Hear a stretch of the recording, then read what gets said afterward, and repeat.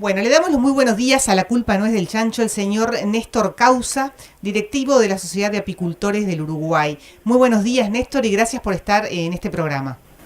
Buenos días a usted y a la audiencia, y bueno, muchísimas gracias por la invitación a participar del programa.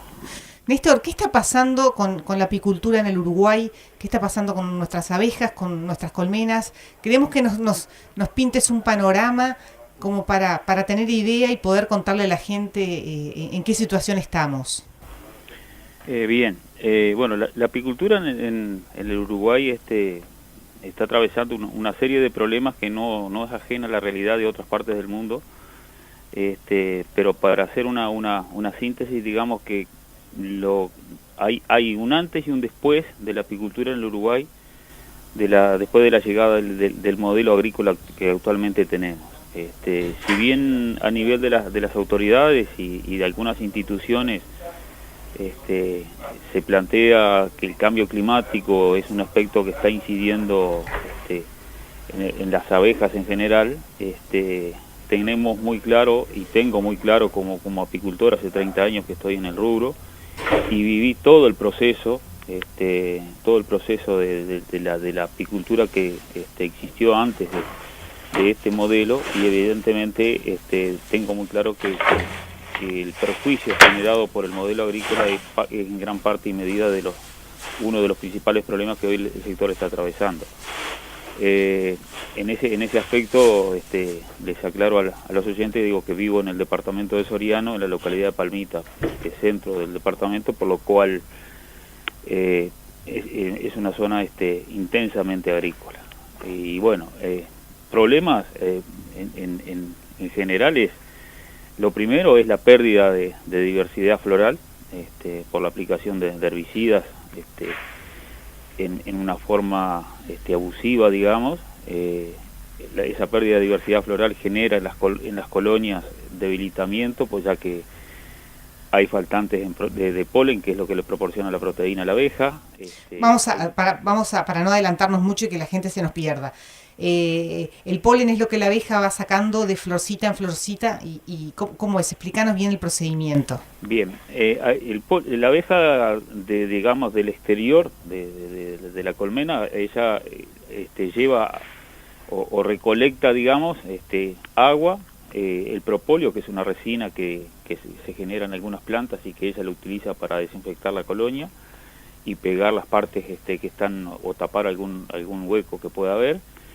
El néctar, que es el néctar de las flores, que es lo que le proporciona la energía y que ellas después van transformando y que termina en la miel. Ahí simplemente aclarar de que el néctar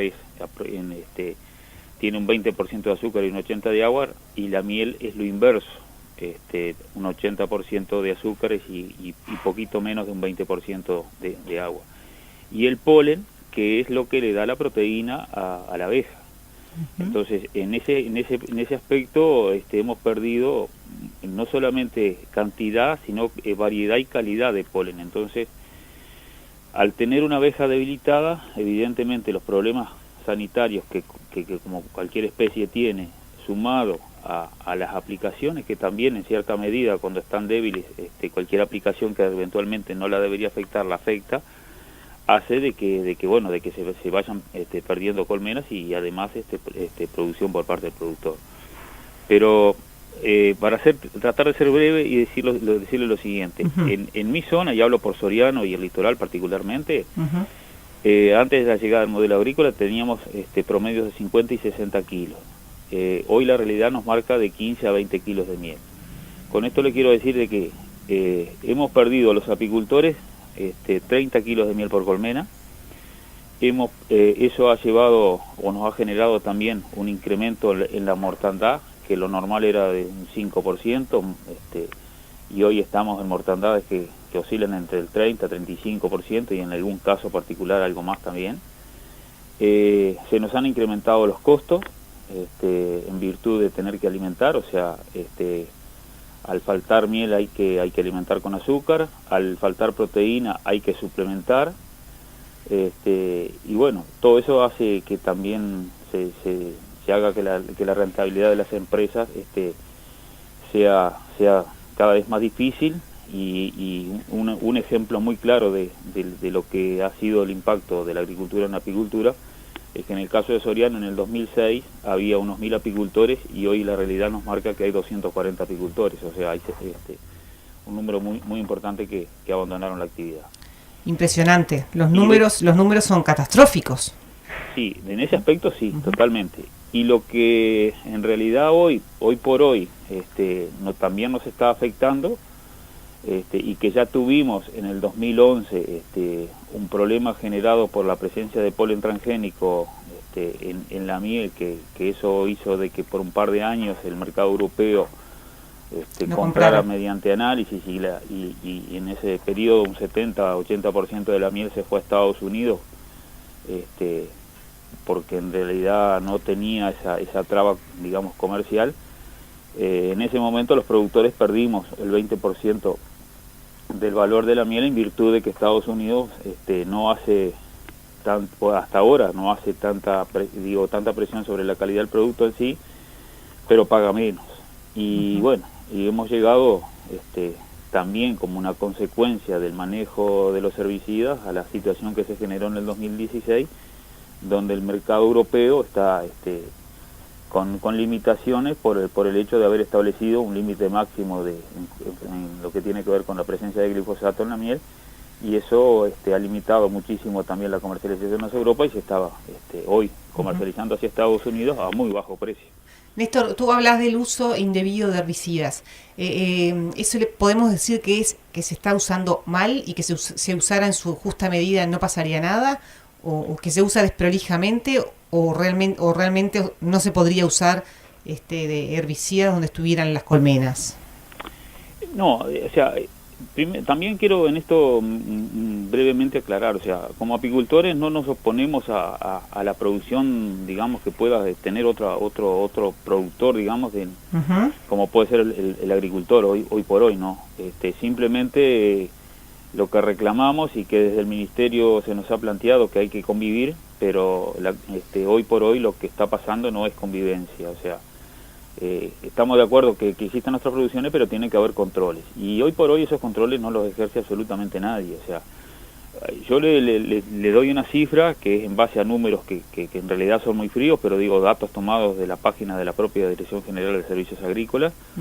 En cuanto a la cantidad de herbicidas que se importan, que estamos hablando en el eje solamente de glifosato de unos entre 12 y 15 millones de litros por año, y eso nos lleva a que en el Uruguay, por ejemplo, existe un promedio de aplicación de glifosato por hectárea de unos 10 litros. Estamos hablando de hectáreas agrícolas. Sí. Entonces, ahí hay una diferencia muy grande con lo que se usa en Europa o se usa en Estados Unidos, que están en el eje de 4 litros por hectárea, o sea, estamos muy por encima de eso. Y es muy preocupante desde el punto de vista de las controversias que a nivel internacional hay con el glifosato hoy por hoy, lo que es para el departamento de Soriano, que anda en el eje de las 350.000 hectáreas de agricultura, digamos, hectáreas agrícolas, que a 10 litros de glifosato por hectárea son 3,5 millones de litros, y si eso lo dividimos por la población del departamento, en base a los datos del último censo, estamos en el promedio de 42 litros de glifosato por persona, lo cual, mucho. Desde el punto de vista apícola, si bien es malo, desde el punto de vista humano, creo que tampoco es sano que se esté aplicando esa cantidad de producto cuando muchas de ellas están muy cerca de ciudades, pueblos y demás, ¿no? Claro. Es difícil convivir cuando se le pide a uno a determinado rubro, tenemos que convivir, pero claro, si estamos pasando los límites y en vez de convivir estamos liquidando el otro rubro, no vamos por ahí, ¿no? Sí, totalmente. O sea, la convivencia es que todos podamos producir, digamos, a lo que apostamos, en la mayor, digamos, sin perjudicarnos, digamos. Yo, o sea, siempre digo y escucho y apoyo en cierta medida que la solidaridad del pueblo uruguayo, y a veces ser solidario en la vida no es solamente cuando hay una catástrofe. Ser solidario en la vida de repente es también llegado al punto de ver de que lo que yo haga no esté perjudicando al vecino, porque en definitiva somos parte de un entorno y de una sociedad donde debería primar la solidaridad en todos los aspectos. Y eso hoy por hoy no se ve, o sea, hay quienes de una forma u otra aplican y bueno, están perjudicando. Digo, ha habido en estos últimos días algunos incidentes de mortandad de abejas en la colza, en lo cual sin duda ese aspecto no se tiene en cuenta, ¿no? Claro. Néstor, a ver, para la gente que no lo sepa, ¿no? El tema del uso de glifosato en determinado campo. Tiene que las colmenas estar lejos, pueden estar cerca, y cuando están cerca es cuando les hace mal, o ¿cómo es? ¿O la abeja viaja mucho y va? Contame bien ese proceso. Bien, respecto al tema, digo, lo que es la contaminación. Digo porque en realidad te lo pregunto, porque muchas veces la gente común no lo sabemos, la gente que está escuchando la radio no lo sabe y a veces dice, no, debe ser, pero debe ser porque están ahí, les echan, no sé, el glifosato por encima, qué sé yo. Entonces, para que realmente la gente entienda cuál es el problema y nos podamos todos comprometer con la causa. Bueno, lo primero que quiero manifestar es que frente a lo que es la molécula en sí de glifosato, yo creo que hay digamos, mucha información hacia un lado o hacia otro, pero en lo personal tengo la total percepción de que se ha mentido o se ha engañado de alguna forma a la mayoría de las personas en cuanto a las bondades del producto. O sea, en cuanto a su degradación y su digamos, poca interacción después posterior con el medio ambiente. Lo digo porque en ese sentido hoy hay mucha investigación acá en la vuelta, en Argentina, por ejemplo, que tienen 10 años más de agricultura que nosotros, y evidentemente los problemas generales de ambiente y de la propia salud de las personas de las zonas donde están con actividades intensas en cuanto a la aplicación de agroquímicos, ya han demostrado que el glifosato es un producto que se lo ha encontrado en la lluvia, o sea, el producto en sí puede evaporar y después cae con la lluvia. Entonces, no pasa por un hecho hoy de que se aplique, de que tengamos colmenas y de que en el entorno de las colmenas no se aplique el glifosato. El glifosato está en todos lados, o sea, lamentablemente creo que ahí hay una desinformación en cuanto a su comportamiento posterior y bueno, y esto lo digo totalmente a título personal, basado también en que he tratado de leer y de buscar información frente al laboratorio que lo produce, y que bueno, todo lo que ha sido su historial en cuanto a otros productos que han afectado considerablemente al ambiente de la forma en que han pretendido distorsionar la información y o tapar también la información negativa frente a ese producto. Entonces, hoy el tema del glifosato pasa por una regulación, ¿no? Totalmente. Y aclarar lo siguiente, o sea, las abejas siempre nos mantuvimos que llegaban a 3 kilómetros, 4 kilómetros de la colmena y en definitiva ese era su radio de acción. Ajá. Hoy sabemos por investigaciones que en situaciones, digamos, de crisis, las abejas pueden recorrer para buscar néctar más de 12 kilómetros, para buscar polen hasta 6 kilómetros, lo demostró el estudio, y hoy sabemos los apicultores que estamos que tenemos colmenas y que hay acá en Soriano particularmente hay bastante colza, hay colmenas que recorren hasta 8 kilómetros a buscar el polen y bueno, y 3 kilómetros a buscar agua. O sea, el radio de acción de una abeja puede variar muchísimo de la oferta de floración que tenga. Si no hay flores cerca, la saldrá a buscar lejos, y eso hace de que sea una cuestión que no es fácil de regular o para tratar de evitar la contaminación en las colmenas. Pero de todas maneras, trabajando y apostando a disminuir la cantidad de productos que se aplican, creo que es el camino. Y bueno, ahí es donde dependemos muchísimo de las políticas públicas que puedan de controles en ese camino, y bueno, lamentablemente hoy por hoy no están en el horizonte, lo cual nos preocupa bastante. Bien. ¿A dónde estamos exportando ahora miel? ¿El Uruguay a dónde está exportando? Bueno, Uruguay en este momento mayoritariamente la miel está yendo a Estados Unidos. si bien Alemania ha entrado algo, o sea, todo lo que está por debajo de 50 ppb de glifosato está entrando a Alemania. Y ha habido algunos acuerdos comerciales con otros países de la Unión Europea, donde, bueno, hasta 100 ppb de glifosato se han comercializado. El hecho concreto es que, si bien hoy en manos de los productores hay unas 1.500 a 1.700 toneladas de miel, hay un alto porcentaje de miel en manos de los exportadores, y la realidad nos muestra que de unas 9.000 toneladas aproximadamente, que son los datos que tenemos de producción de miel de la zafra pasada, actualmente hay unas 3.500 toneladas, que es lo que se ha exportado, o sea que todavía tenemos un remanente de unas 6.000 toneladas de miel que están en el país y que no se han comercializado, que no tienen negocio afuera, y estamos a puerta de una nueva zafra, lo cual eso puede ser un punto bastante crítico desde el punto de vista que los productores generalmente andamos con los recursos financieros bastante cortos, y digo, generalmente la idea es producir y vender. Eso puede ser un agravante importante de cara a la próxima zafra. Pero básicamente, respondiendo a su pregunta, Estados Unidos es uno de los mercados que está saliendo, y bueno, lo que está dentro de determinadas tolerancias, por debajo de los niveles requeridos por Europa, ingresa a Europa. El punto acá es que del volumen de miel que se produce en el país, y eso en información de los exportadores, ¿no? Entre un 60 o un 70% de las mieles están por encima de los límites máximos establecidos por Europa. Entonces ese es el punto más preocupante en lo que tiene que ver con la presencia de residuos en la miel y la actividad comercial. Néstor, esta noche ustedes vienen acá al hablar vienen a, ¿cómo es? Sí, con los ediles, vienen departamental. Exactamente. Esta noche vienen a la Junta a plantear el problema. ¿Qué se plantea esta noche? ¿Lo que acabamos de hablar recién nosotros acá? Sí. La idea es básicamente ir por esa línea, porque en definitiva, o sea, hay muchas cosas que la gente en general puede saber, pero la gran mayoría de la gente creo que ignora los perjuicios que hemos sufrido el sector ante la instalación de este modelo.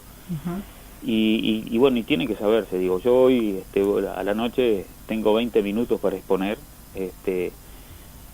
Voy a tratar de tratar hacer la síntesis lo más apretadamente posible, pero el sector en sí tiene problemas de diferente índole. Este es uno de ellos.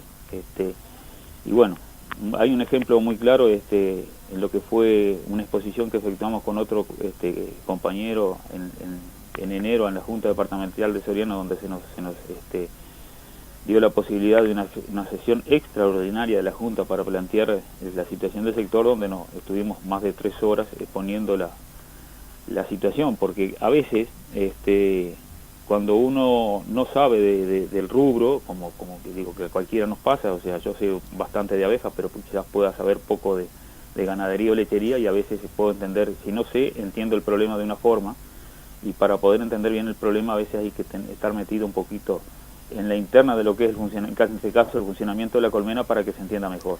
Pero digo, va por esa línea, o sea, y no dejar de reconocer algo que no lo he mencionado, que el mercado internacional de la miel también tiene sus problemas, ¿no? Porque hoy por hoy está dominado por China, y hay una situación muy particular que es la adulteración de mieles.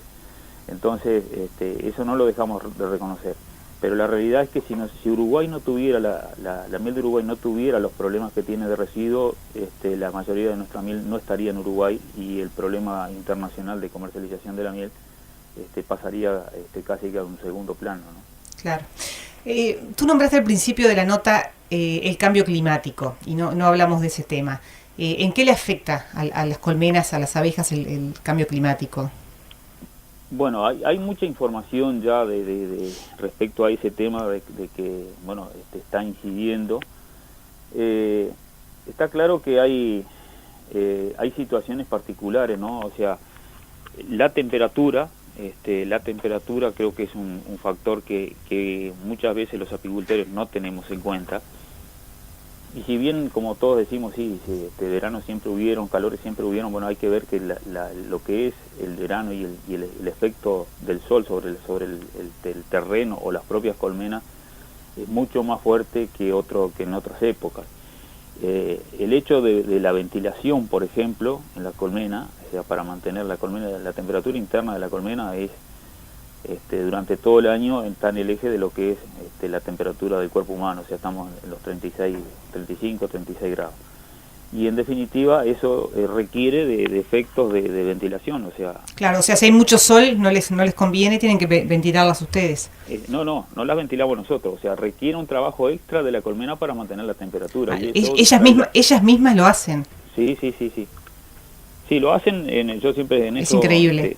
Voy a hacer gráfico, o sea, lo hacen a la antigua, o sea, hoy por hoy, bueno, tenemos ventiladores, equipo de aire, o sea, para enfriarla o refrescar cualquier casa, cualquier habitación, y antiguamente cuando no existía eso, se mojaba el piso y se generaba de que circulara aire y eso en síntesis refrescaba cualquier habitación. Bueno, la abeja lo hace digamos de esa forma, o sea, ellos recogen agua en el campo, la distribuyen en diferentes partes de las colmenas, en los cabezales, en las zonas del área de cría y demás, y después generando una circulación de aire con el movimiento de las alas, hacen de que la colmena llegue a la temperatura que naturalmente requiere. Es increíble la naturaleza, es increíble, no sabía eso. Sí, totalmente.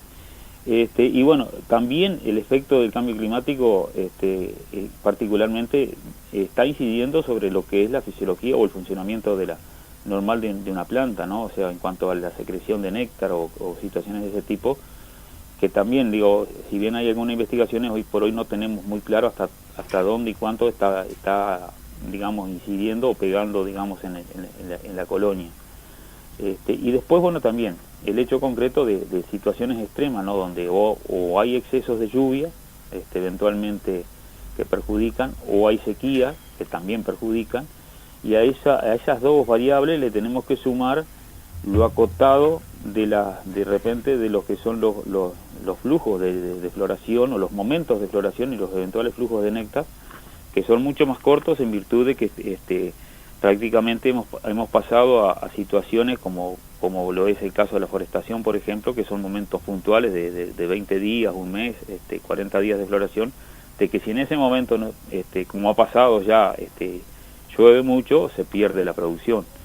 Y en otras zonas de repente hay un flujo de néctar que es de 20 días, y si en esos 20 días llueve o previamente se generó una situación de sequía, por lo cual la planta se va a estresar y ya no va a secretar el néctar que secretaría en una situación normal, hacen de que los rendimientos en las colonias se vean sumamente afectados, ¿no? Uh-huh. Sin duda que yo no lo dejo o no lo descarto el tema del cambio climático como una situación que afecte a la colonia.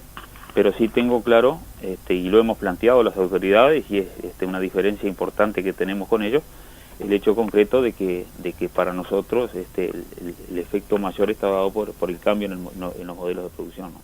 No, y además otra cosa, contra el cambio climático no podemos hacer nada, pero sin embargo contra el tema de los herbicidas sí, podemos hacer nosotros que cambie, sí. ¿No? Sí, pero digo yo, o sea, creo que no, o sea, frente al cambio climático no podemos hacer nada, y creo que podemos hacer mucho. Lo que pasa es que aquí escuchamos permanentemente que hay cumbres en un lugar o en otro, donde van los países y hablan del tema, pero después, llegado el caso, no se concreta mucho, ¿no? El hecho, sí. Hay una cosa que, yo por ejemplo soy de los que trato de un poco de estar informado, pero no nos olvidemos que el tema del cambio climático, en efecto, se está generando en parte también por el daño que se está generando en este caso concreto en el Amazonas y en la selva paraguaya, en fin, sí. En toda la zona selvática, donde se están arrasando miles de hectáreas de selva para plantar soja directamente. Sí. No, o sea, yo quise decir en realidad que no podemos hacer nada nosotros si llueve, por ejemplo. Después, sí, obviamente que podemos aportar a lo del cambio climático. Me expresé mal. Está perfecto, sí. Uh-huh. Pero me refiero de que hay mucho para hacer en ese sentido, pero lamentablemente que tampoco depende de nosotros, ¿no? O sea, ahí depende de decisiones de de los estados en diferentes condiciones o circunstancias. Pero está claro, o sea, ante la lluvia o la sequía no podemos hacer mucho. Digo, la sequía hoy por hoy, bueno, está el tema de la ley de riego, que están en proceso, las modificaciones que han sido muy polémicas, que bueno, eso será tema de otro momento. Néstor, la última y no menos importante, tal vez la más importante. ¿Qué pasaría en el mundo si desaparecen las abejas, si se extinguen? Bueno, sí, ahí hay una frase de Einstein que bueno, que todo el mundo la conoce, donde dice, bueno, que si desaparecen las abejas en 4 años también lo haría el hombre. Pero digo, o sea, hasta ahora no se ha encontrado realmente si la dijo o no la dijo, pero se le atribuye a él. Uh-huh. Lo que sí tenemos que tener claro es que la importancia, ojo, de las abejas y los polinizadores, que muchas veces acá en Uruguay los apicultores peleamos por nuestras abejas, pero también hay que reconocer que se han identificado históricamente en la región más de 80 polinizadores, generalmente abejas solitarias, que también cumplen un rol importante en el medio ambiente y la biodiversidad. Si desaparecen las abejas, bueno, vamos a perder una importante cantidad de alimentos que son necesarios, digamos, para hacer una dieta lo más variada. O sea, hay un 75% de las frutas, de las hortalizas y demás que dependen exclusivamente de la polinización. Esperemos no llegar a extremos como está ocurriendo en China, donde hay lugares donde que la abeja ya desapareció y eventualmente la polinización, caso particular de la pera china, se efectúa por parte de los humanos en un trabajo a mano, digamos, uh-huh. Donde recogen el polen y con una especie de cañita con una pluma van tocando flor por flor para generar el efecto polinizador. Esa situación son situaciones extremas y marca un poco el efecto de que si no cuidamos o no ponemos entre todos un poquito de atención para que los polinizadores sigan existiendo, vamos a llegar a situaciones extremas de ese tipo.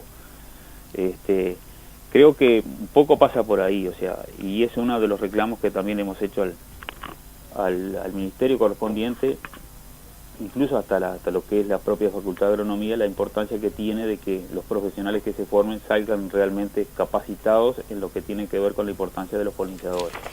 El efecto polinizador, que muchas veces es el que menos mencionamos, es el más importante de las abejas.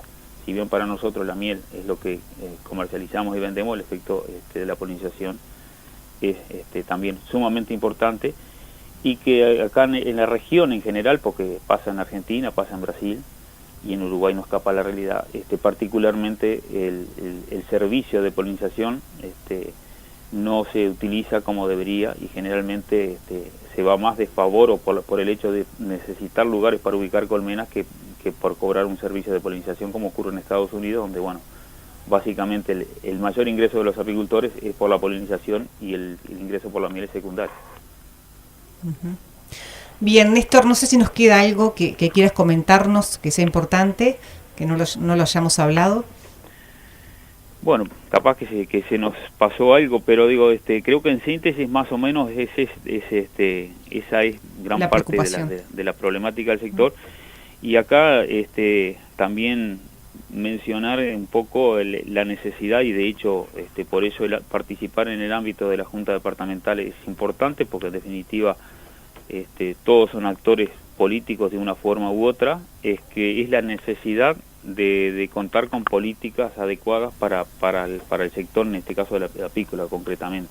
Uh-huh. Y eso depende de decisiones políticas, porque en definitiva tenemos claro que es así. Y bueno, creo que tratar de informar y de concientizar de la situación es lo que nos va a ayudar, y esperemos que en el futuro se puedan lograr caminos adecuados para que exista la convivencia y que se pueda sostener el sector, en virtud de que hoy cada vez es más difícil poder motivar a gente para que se sume a la actividad, y somos un sector que está envejecido, ¿no? Estamos, la mayoría, el promedio de los apicultores, el promedio de edad está un poco por encima de los 50 años, entonces claro, eso es preocupante. la cantidad de apicultores va desapareciendo. Cuando un apicultor se retira, generalmente esas colmenas son a veces absorbidas por otro, o a veces quedan semi abandonadas o abandonadas en los campos. Entonces eso es una situación que también nos preocupa bastante, porque hacia la imagen del sector y hacia a los problemas sanitarios también que eventualmente podemos llegar a tener. Así que cerrando sería eso para digamos, comentar. Néstor Causa, director de la Sociedad Apícola Uruguaya, le agradecemos muchísimo este contacto con La Culpa No Es del Chancho, que lo que queríamos hacer justamente era informarnos e informar a todos nuestros escuchas del problema, de qué es lo que está pasando en este sector apícola. Muchas gracias. Bueno, muchas gracias a usted y bueno, a la orden. Y un saludo muy particular porque tuve la suerte de andar trabajando por Durazno en algún momento con algunos apicultores que trabajan a nivel de grupos, e invitarlos a que participen esta noche y bueno, es un momento para digamos, mostrar a la Junta Departamental el interés y preocupación por la situación del sector. Perfecto, quedó hecha la invitación. Muchas gracias.